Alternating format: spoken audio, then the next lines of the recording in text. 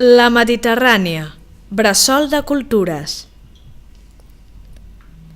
Fenicis.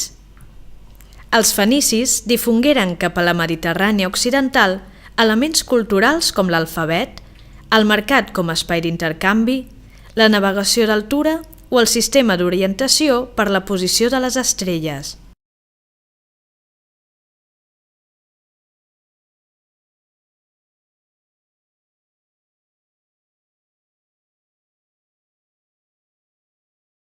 Les primeres colònies fenícies a la península varen ser Cadis i Màlaga, i a partir del segle VII a.C. es van estendre cap al nord-est, a les factories fundades a l'illa d'Eivissa.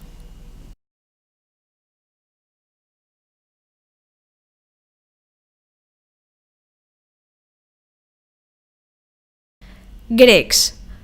Durant la primera meitat del segle VIII a.C., colons grecs havien iniciat la colonització del sud d'Itàlia i Sicília.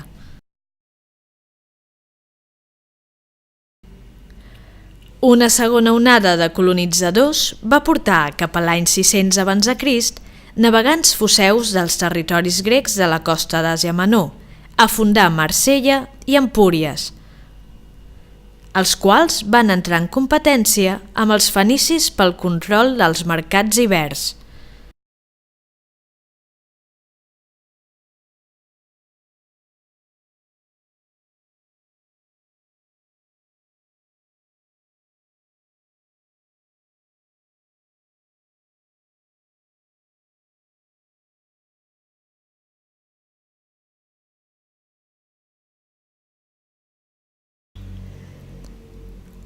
Púnics. Al nord d'Àfrica, al territori de l'actual Tunísia, Cartago va exercir a partir del segle VIII a.C. la supremacia econòmica, que li va permetre controlar extenses zones de Sicília, Sardenya i la franja costanera d'Àfrica. En aquesta expansió econòmica i militar van arribar a la península, on fundaren Cartagena.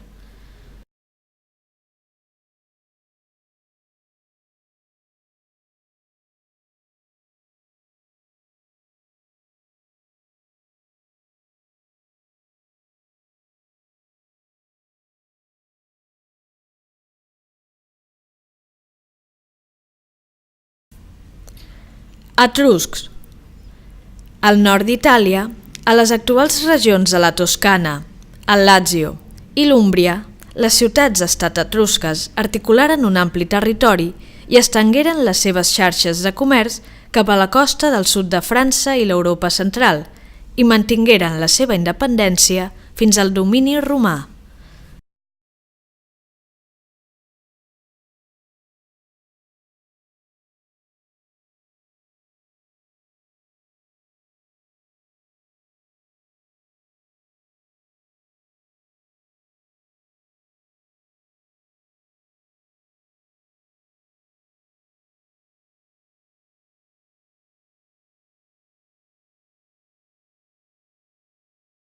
Romans. La ciutat de Roma, a partir del segle VI a.C., van estenent el seu poder. Les legions romanes van arribar a la península amb motiu del desfermament de la Segona Guerra Púnica. 218-207 a.C. Derrotats els cartaginesos i sotmesa a la posterior revolta ibera de l'any 196 a.C., es va produir un procés d'aculturació que va finalitzar amb la romanització del territori i la dissolució de la cultura ibera dins de la societat llatina del segle I a.C.